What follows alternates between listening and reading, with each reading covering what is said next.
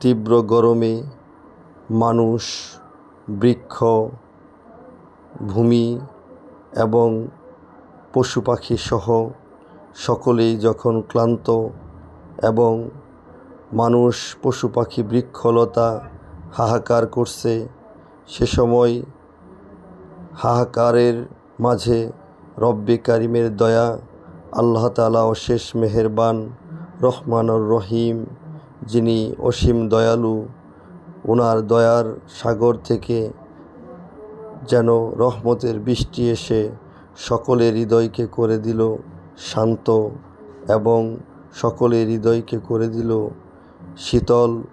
তাই রব্বে কারিমের দরবারে লাখো কোটি শুকরিয়া জ্ঞাপন করছি।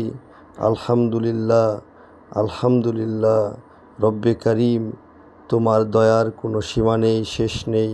তুমি তো রহমান আর রহিম, তুমি তো চিরঞ্জীব, তুমি অশান্ত পৃথিবীকে শান্ত করে